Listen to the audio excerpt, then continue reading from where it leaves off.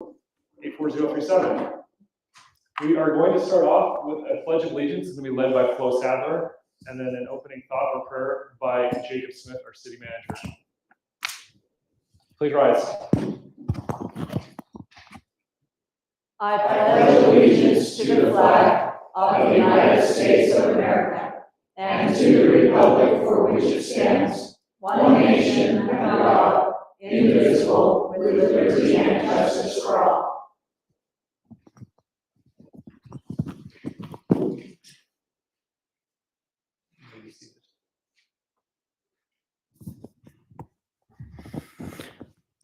Our Heavenly Father, we're grateful to Thee that we can come together as a city, as residents, as stakeholders of this wonderful place that Thou hast given to us to meet, to discuss, and to self-govern.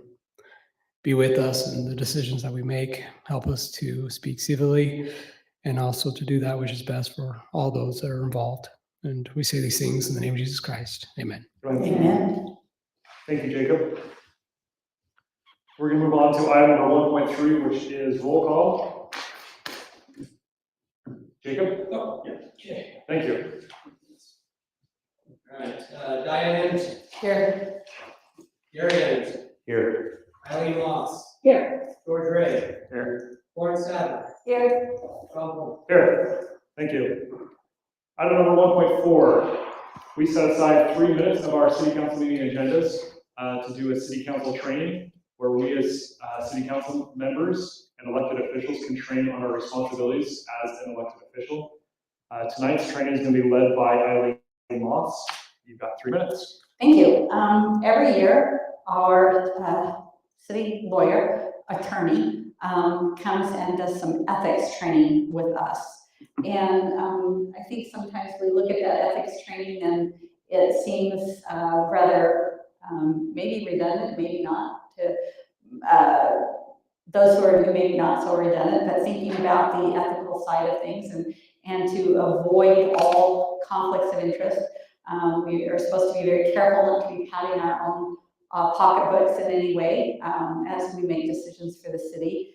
And it's something that we take very seriously. I actually talked with a representative from a state representative the other day, and he is proposing, so the state representatives have a conflict of interest statement that they do every year, and he is suggesting that he would like the state to pay for that so that city council members, when they're first elected and then repeating every year, declaring a conflict of interest with, of course, the ability to add an additional conflict of interest if something comes up that we weren't aware of at the time of our being elected or filling out that information. I think it's a great idea.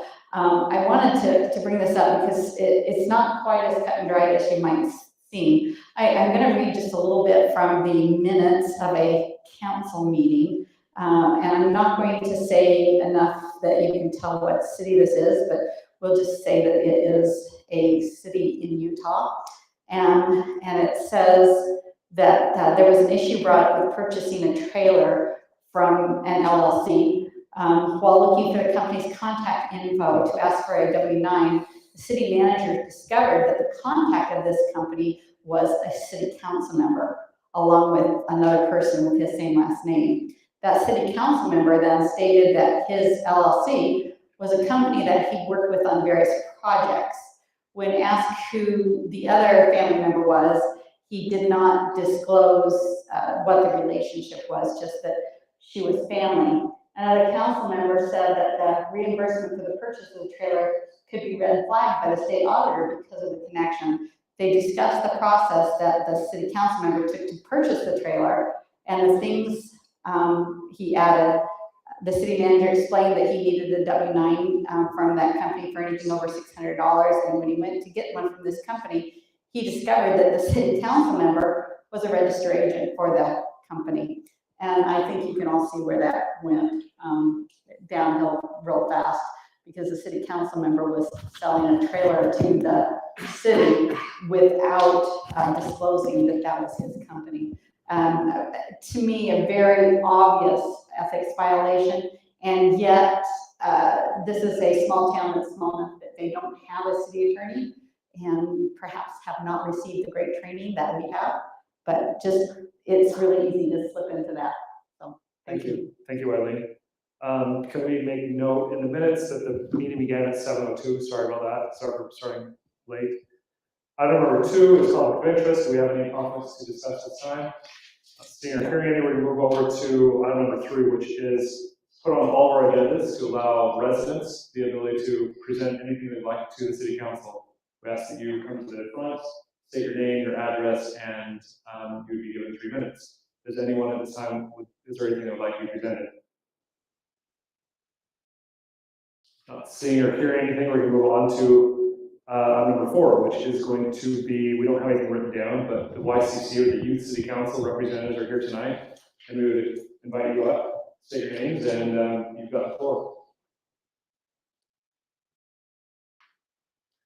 Thank you, Mayor. I'm Will Langland. I'm Tyson Davis. So us as the City Council, so October, our activity is going to be on the 27th, that is a Friday. We'll be here from 4 to 5 p.m. We will do a trunk or treat and pumpkin walk. So we'll just be out in the parking lot with decorated trunks and painted or carved pumpkins. And people, kids can just walk by and we'll hand out candy. We're gonna call the fire department and the sheriff's office and see if they can be here and help the flow of traffic. November, on our meeting, we're going to do a mock election. And for our activity for the month of November, we are going to do a debate with another city council. I love it. That is so cool. In December, my bad. In December, we are doing a food or clothing drive, and we're going to be collecting from Thanksgiving to a soon-to-be determined date. And yeah. Excellent. Thank you so much. Is there anything that we can do to support you with any of those upcoming projects? With the trunk or treat, we just wanted to ask if there's anyone who would want to bring a trunk or come in a costume. It is completely optional, but if you'd like to, you're more than welcome. I take the time again. It is from 4 to 5 p.m., October 27th. Thank you, And Mary. no snow this year, right? Hopefully not. What's the day of the week? It is Friday. Thank you, Mary. Appreciate all you're doing. Of course, thank you, Mayor Pullman. Moving on to item number 5. 5.1 is a public hearing. At this time, I would entertain a motion to move into public hearing. Motion move into public hearing. I have a motion from Eileen, second from Gary. All in favor of any further debate? All in favor of moving into public hearing, say aye. Aye. Any opposed? That motion carries. We're now in public hearing. At this time, it is on our agenda to discuss a municipal code update to Title 6A within business regulations. This time, residents, anyone here has the opportunity to come up and present anything or any discussion points they'd like to about this item. Is there anyone who would like to present at this time? Not seeing or hearing any, I would entertain a motion to move out of public hearing. Is Brad, are you gonna say anything? We have to have the public hearing first, then you go into your presentation, correct? We can do it either way. Can there be a motion to swap that? Why don't you just go forward then, Brad? I think so. Sure. Okay. So Title 6A, it's pretty comprehensive, it's pretty lengthy. We've got, what, 99 pages? What this includes, that's the idea of the red line, the final version is less. What we're in the process of doing is revising, continuing our project we started a couple of years ago, finishing the business regulations of this Title 6A, so finishing the code update. Over time, you know, we haven't been as aggressive in maintaining and keeping GP updates. The city code consistent with legislative updates. The legislation makes a lot of changes every year, and at times we can get a little behind. So what we're doing is catching up on those updates that have happened over the past 5 or 6 years. And we're incorporating those into the city code. We're also kind of adopting a new kind of format, and getting some more comprehensive codes we're doing. The next one we're working on is Title 7A, and that's kind of public safety and crimes in the city. Kind of reorganizing it a little bit, but in 6A we have business regulations. In business regulations, you also have a process for granting or revoking a business license. I know that Fruit Heights doesn't have a ton of businesses, but we have enough that we just need to be regulating those consistent with state code, and this Title 6A does that. We also have, this is always a big question that comes up, is sexually oriented businesses. Fruit Heights does not have any sexually oriented businesses. We don't have any plans to have them, but by federal law, we have to have code that regulates them.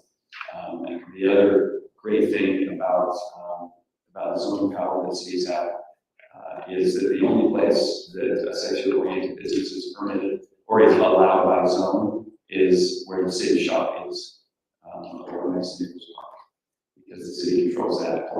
Chances of ever having a sexually oriented business is zero.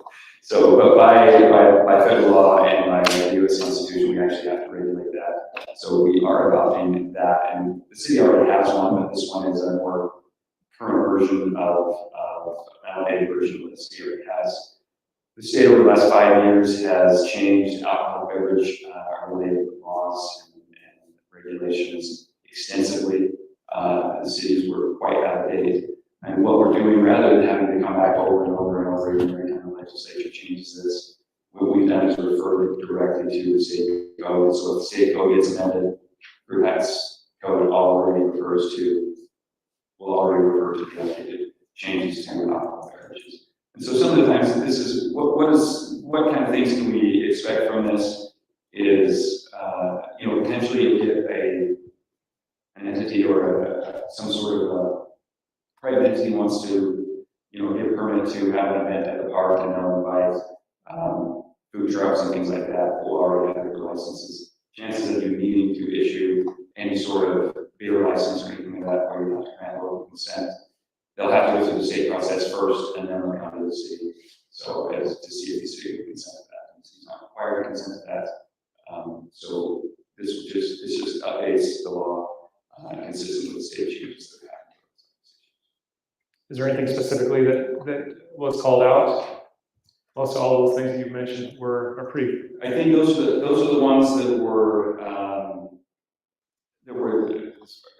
as I would call them, the typically ones that residents would have questions about. The rest of them are just kind of run of the mill. Oh, okay, here's, in order to get a business license, as we do, if you have a home-based business, what's the fee that is assessed? And you guys have a fee rate ordinance schedule, fee rate schedule that this refers to. So your fees haven't changed by this. They are always in your fee rate schedule. The city has office website as well. Great. We're not changing any fees tonight or anything like that. Simply adopting Title 6A and getting consistent with the state. And I'll just do this next month. Work on 7A. Great. Do you have any questions or comments for our attorney? Yes, Flo? Is there anywhere that is legal to sell alcoholic beverages in the city? Yes. The The golf course? Yeah, I think that's the only one that has a liquor license in the city. So you would know if there's any future applications or any other businesses that would like to, they would have to come to the city and get a local consent. But that's part of the process. The state is the one that grants the license. The city just grants local consent, kind of signs off that says, yeah, this is a certain distance from a park or a convenience or a church or other communities in their library, things like that. The city will verify. Probably we should save our comments for after the public hearing's over. Or We can do it now. Absolutely. okay. Are you okay if I ask a couple of questions? Brett, right when this starts off, on the very first, it needs a little help with its grammar on that very first page, not in the home occupation page, but the next one down. Let's see, no, it's where the first really redlining spot. So the red line has been drastically revised. Right, There was a- okay, so- There was a clean one, so, that I also forwarded to Jacob, I don't know if you can getting that one. But the red line, so the original one was 99 Yeah, pages, the okay. final version was 86. Okay. So, Okay, so we do have a little better. Okay, because I was, there were so some. if there's a change being made, Okay, that's fine. great. Go for it. I have a question on 6A-02-1, it says information not being made public. You know, mention why that's not public. I did look at the state website and business licenses are declared as. So in a business license, when you make under the state code, if there is certain information that you want to be not made public, you have to specify that, and that would be, for example, a home cell phone number or something like that. You have a business number, but you don't want to make your cell phone number public, but you want the city to be able to contact you on your cell phone. That's an example of information that can be requested to be not public. Do we request that? So you request phone numbers on a business license, yes, and you can, I don't know if the form, off the top of my head, I don't recall if the form has that. Don't make this public or not, but state code allows for that. And I think that's where I was going with this thought. I'm not sure if this is this or not. I don't think we should be in the business of keeping that it's not public, that we should that because once we're keeping data, we have to protect and provide what I have as well. And so, I think it's something Shaw be aware of, requesting that, we want to keep credit. So it's optional for them to give you multiple phone numbers, that's not required. There has to be at least one, and one is public. So if they want to have another way of communicating with them, it would be up to them to specify that, and then the city. And this comes up for under grandma request, right? Grandma is it's an acronym, Government Records Access Management Act. So that act requires, it's kind of like the federal version, it's the state version of the Federal Freedom of Information Act, right? So that allows or requires cities that if there is information that is requested to be non-public, then the city does have to keep that confidential. But it's not, there's nothing like secret about it, right? It's just, that's all it is. So are you saying that it's the business owner's responsibility to make sure they don't give us more information Right. than they want to have made public? So that the city isn't responsible for protecting Yeah, we're information? we're not overtly asking for confidential information, but under state law, they're allowed to specify that, yes, I want you to keep this confidential. Does that answer your question? No, I'm not sure what I understand. And in our ordinance, we're saying this, we're considering business license, right? Tell me, I think it's the application, 6A02, did you say 130? 1, 2, 3.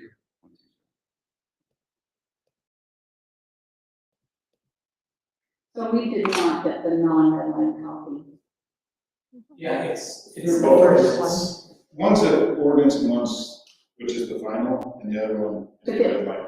an ordinance. There's two different, but they're the same, It's just kind of- one's got red. It's the first one in the list.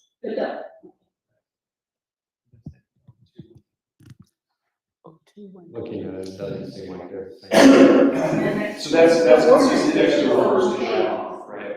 So it's referring to some information on the application is typically, because what you don't want to do is overly disclose, I mean, as far as a business license, the business license itself is public, right? The application is what is private. And grandma, what we've done is we made that private, sometimes there's information in there that you may not want to be made public. And grandma provides for that. I'm wondering if there's I'm not smart as you, I'm sure, when it comes to law, but I did go to that Utah code, and it didn't seem like we were requesting a business license, was considered private, so I just think it's weird that we're saying this is not being public, right? There's nothing there, it's not being public. But I'm just raising that question, I don't know the right answer, so I just want to raise the stake that I read it and it just felt. But it's also for our education, right? So so that they're more familiar with the ordinances and interpret them correctly. I'm trying to think of an example here. So when you register a business with the state, right, you have an application, and you're required to divulge your social security number as part of the business application process. You're required to give your name, your home address. Sometimes, depending on the business, you may have to provide a historical list of previous addresses. And so that kind of information, if that's on the city website or the city form, and I don't know that it is, but it's kind of making sure that those things are private, so we're not disclosing information that we should disclose otherwise. So that would be an example of why you want to classify that as private, depending on what it is, what type of business it is. If that makes sense. What you do have to disclose to the state, you don't have to disclose ownership. You have to disclose ownership to the state, but you don't have to disclose your name as public. So you have to disclose who your registered agent is for business for the state, for example. But you don't have to disclose who owns the business at all. Right, and then on the state website, it does say you're welcome to use more apps, but don't Yeah. Right. So if you want to do a PO box, you could do that. Right. Or business phone, use yourself. Right. Or the last one. Yeah, those are Your business is probably. and then, so that just gives the city, you've already classified that as a private record, so if anybody requests, I want to see what the business home, we get those regularly, actually. Requests for all home-based businesses in the city provides. There's these data crunchers and aggregators that will send these, and they'll send them Freedom of Information Act forms, and they'll send it across the entire city, across the entire state, and say, we want all of this of all your home-based businesses and the type of business they are and all this stuff. And under grandma, we're required to respond to those, but sometimes that response is, this will take, 22 hours worth of work. We don't have a record that lists all of these together, and this is what we estimate the cost will be. Please, we'll prepare it and then send those. So that's kind of, it gives the city an opportunity to not incur that cost when you know that the data aggregator is I did that. You can balance that. Expensive like that. Anyways, I'm with you. I understand that. I was just curious. Just want to make an observation as a elected official. I'm worried, well, on the downside, professional side as well, that like that. And I think we're seeing, even with Europe's got a lot, so we should really have, if you don't want to have responsibility for that, I think the city, we should either feel the same. We want to respond, right?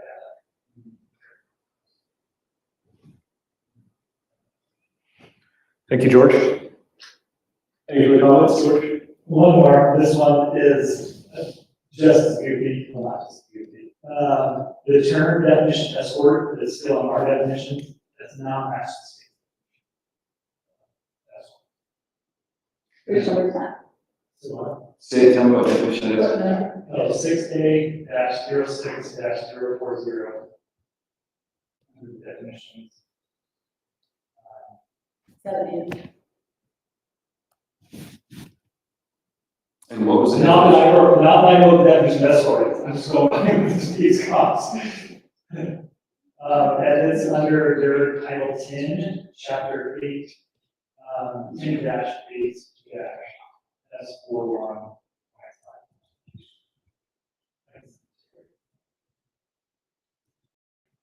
Then we've got a little description of a bit more explicitly than the state.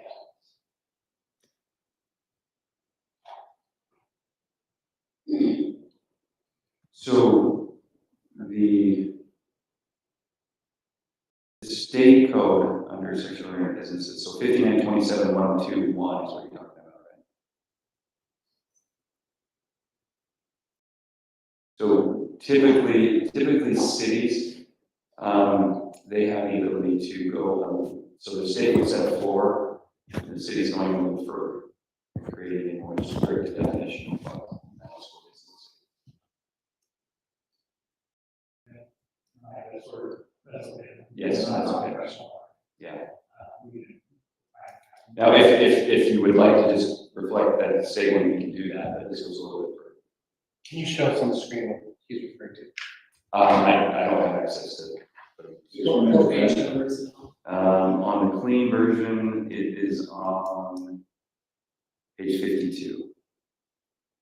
And the state, so versus ours, the state has two definitions, adult services versus escort, and ours, escort. Role.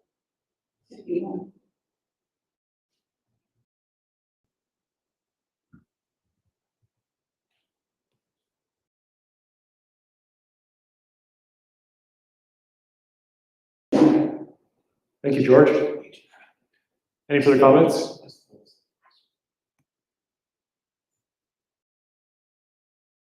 If that's something that the council would like to modify, we can modify that. I would want to. I don't think it's necessary at this point. You do or you don't? Everybody else sounds like they don't. I personally like to, because last 2 weeks was the last meeting, we talked about how we want the correct language to match the county, so that when they're facing our county, our city, So this, just to clarify that part, so this is in regulating sexual order business, this is not on the criminal side of that. So the criminal side is order policing, and we haven't done that yet, and that is what we're working on, but. I agree, I just think that we in our vocabulary common on it's a good idea. So why would we create a new definition? And not that I think we should always third the state is the right answer. Just point out that we have a definition that doesn't line up with the state, so we have a vocabulary that match. Observing.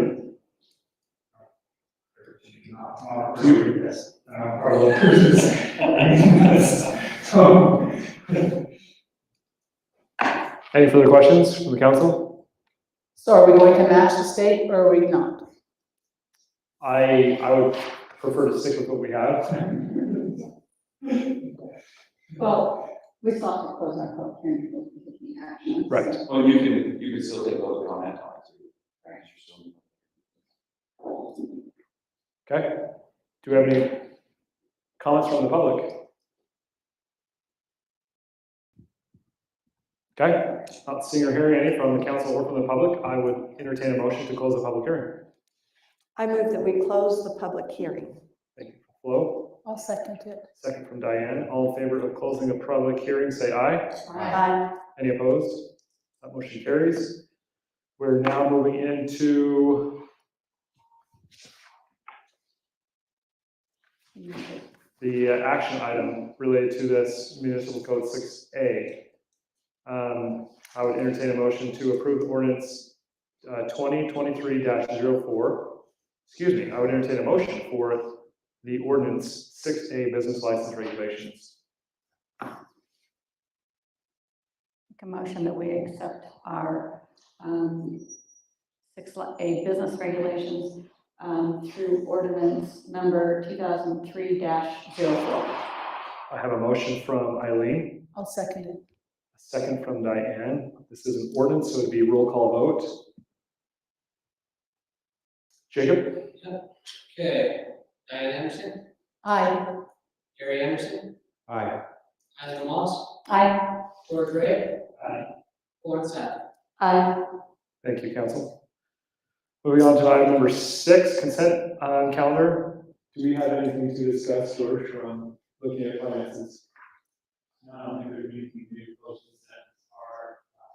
Great, thank you. Going on to item number 7.1, which is to approve the minutes from September 19th, 2023. I would entertain a motion to approve the minutes. I would like to make a comment or a correction, please. Okay.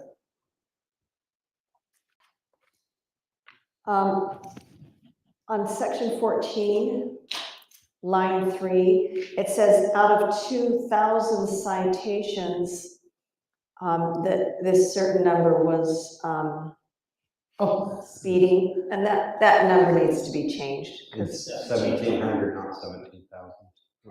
Good catch, Flo. Take it away to 0 there.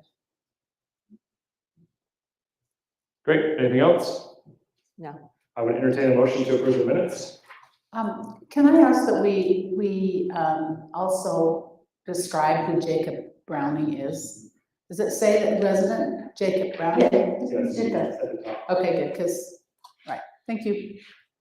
Make a motion to accept the minutes from our meeting of September 19th, 2023 as corrected. I have a motion from Eileen. Do I have a second? Second. Second from Gary. All in favor of approving the minutes from September 19th, 2023 as corrected, say aye. Aye. Any opposed? That motion carries. Thank you. Moving over to item number 9, which is the city council report. Where do you go backwards? Can we start with you, Flo? Yes, I don't have anything to report. Great. Thank you. I do have a question though, Yes. but I don't know if this is the right time. Go for it. Okay. I noticed that when we get out emails from all kinds of entities, advertisers, citizens. Is there a certain way, who should respond when an email comes in from a citizen? Because it seems to vary, and sometimes nobody wants to respond, and so it kind of just waits, but maybe that's not very satisfactory, I don't know. Yeah, I should probably do a better job of responding and replying quicker. Is it your job? When it's titled to me and the email is directed to me, I feel like I should be the one that responds to that email. Okay, when it's just city council, It's problematic because if we start responding, then we start discussing things that should be discussed in open meeting. So it would be very appropriate if someone is available, just say thank you for the email. This has been received. We will be discussing it and getting back to you. Something very simple, very acknowledging that the email is received. I wonder, not that I want to give you anything else to do, John, but I wonder if maybe you just kind of give us each a turn so that, because I'm hesitant to respond in case, like you say, everyone's going to respond, but I'm happy to if I represent the council. How about for the rest of the year, we have a flow to it? okay, wish me luck. Thank you, Or Flo. if you want help, Flo, then you can call us or. Okay, have us thank help. Thank you, Flo. That's what I get for asking. No, that was a good question because we don't want people, So you're gonna get. we want people to know that we're listening and reading. Right. Gary Anderson, do you have anything to report? Eileen Moss. George put an email that I think everybody saw last time. George and I visited after the meeting last time about the check register. And George has the ability to look at all of the receipts. And it's so easy to go into that folder to give us. And I think since the council has, that is our responsibility, is the checkbook. Is there a problem with the whole council having the ability to just view those receipts? No, I don't have a problem with allowing all the council members to have access to that folder.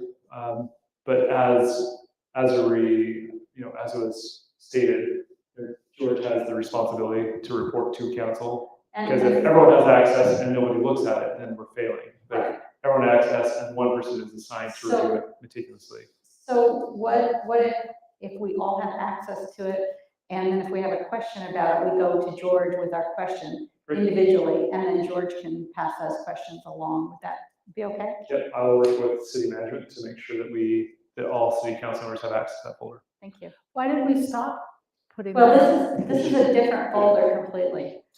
This is all of the receipts, which But is. was it previewed before when we would? Well, what we used to do is just ask the city manager about certain receipts. But we used to get that in our packet. Not the same as this is. This is pretty intense. This is That's the one we don't want public. That shouldn't have to be public. Well, we can, it's nothing to hide, but it's just going to be reviewed by George. yeah. And so if you want to go and look at the receipts, you can. And then if you have questions about anything, you can ask George, and George can make a note and get in touch with the city manager. And if you're too busy to look at it, Then- remind George, so if you want to look at it, you have the opportunity. And as a responsibility as an elected official, that is your responsibility. Yeah. So I don't want to make sure you don't have access to that information, but I want George to know that you are assigned that task. I think it's a wonderful thing to have all those receipts and stuff scanned in. That's a better program than we've ever had. It's great. It is great. Our city management's doing a great job with that. So, and then I have one other question.